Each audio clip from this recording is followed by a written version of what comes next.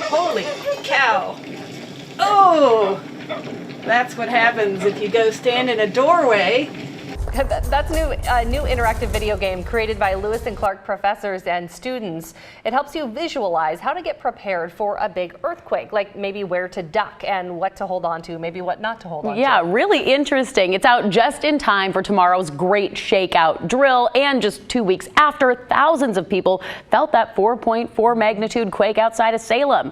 Bryant Clerkley joins us now, and Bryant, you had a chance to play the game and talk to one of the creators. Yeah, hey Brittany and Ashley, it's called Cascadia 9.0. The player learns tips and tricks when it comes to surviving an earthquake. Now, this is an experiment to help you prepare for earthquakes. Creators say the best way to survive this game is by dropping, covering, and holding on.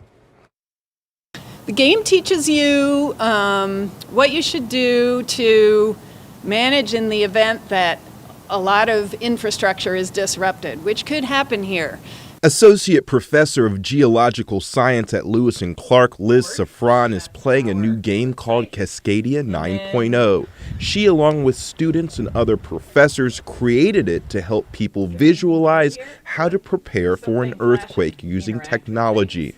The player navigates through a devastated city looking for their dog who escaped in the aftermath of a massive earthquake. Whether the character is in the right or wrong place during the earthquake determines their fate.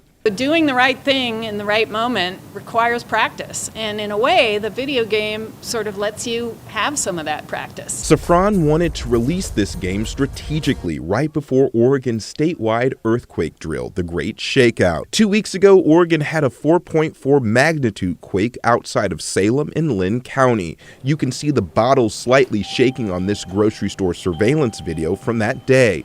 There was no real damage and no one hurt, but it was a good wake-up call to get ready. Experts stress have water stockpiled, 7 gallons per person, at least to last a week.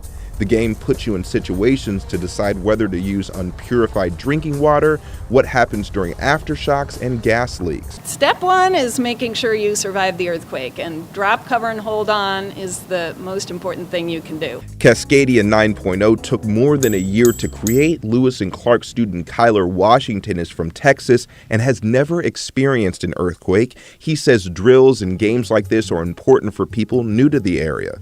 I feel like the drills, they provide some form of clarity and insurance for people like me, because having some form of information is better than having none.